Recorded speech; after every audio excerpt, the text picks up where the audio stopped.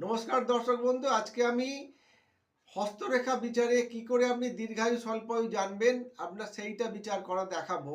যদি দেখা যায় এই যে আপনার আয়ুরেখাটা যদি কারোর এরকম ওপর থেকে মণিবন্ধ পর্যন্ত যায় এবং আপনার হৃদয় রেখা যদি পুরো এই মাথা থেকে এই মাথা যদি যায়, তাহলে তার কিন্তু দেখা যাবে যে দীর্ঘায়ু যোগ। তার কিন্তু মোটামুটি ধরুন ৮০-৮৫ বছর প্লাস ৯০ বছর পর্যন্ত বাঁচার একটা কিন্তু সম্ভাবনা থাকে।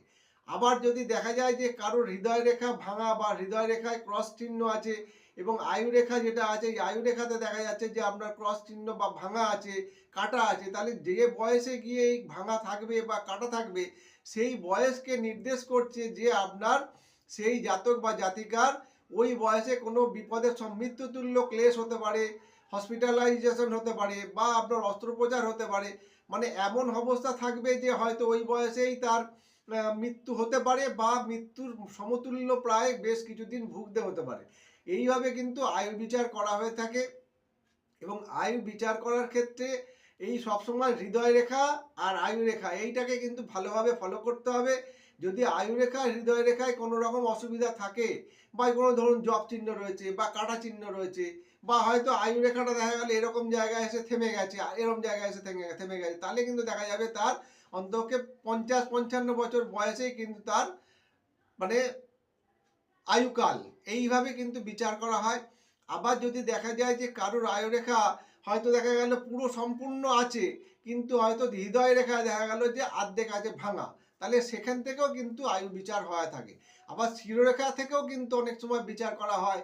কারণ হচ্ছে তার মস্তিষ্ক, ব্রেন, এবার তার বায়ু রেখা হয়তো ভালো আছে কিন্তু মস্তিষ্ক রেখায় কোনো রেখা আছে বা অশুভ চিহ্ন আছে, তিল চিহ্ন আছে, কালো দাগ আছে বা আপনার দেখা গেল যে ক্রস চিহ্ন আছে, কাটা আছে, ভাঙা আছে, তাহলে দেখা যাবে তার মস্তিষ্ক দুর্বলতা, হয়তো সে ভুলে যাওয়ার রোগ, নানান রকম কিন্তু মাথায় আঘাত, চোট আঘাত লেগে হয়তো দেখা গেল তার ব্রেন শর্ট হয়ে গেল।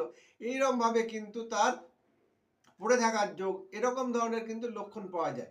কাজে আয়ুরেখা বিচার করা কিন্তু প্রচণ্ড একটা কঠিন বিষয়।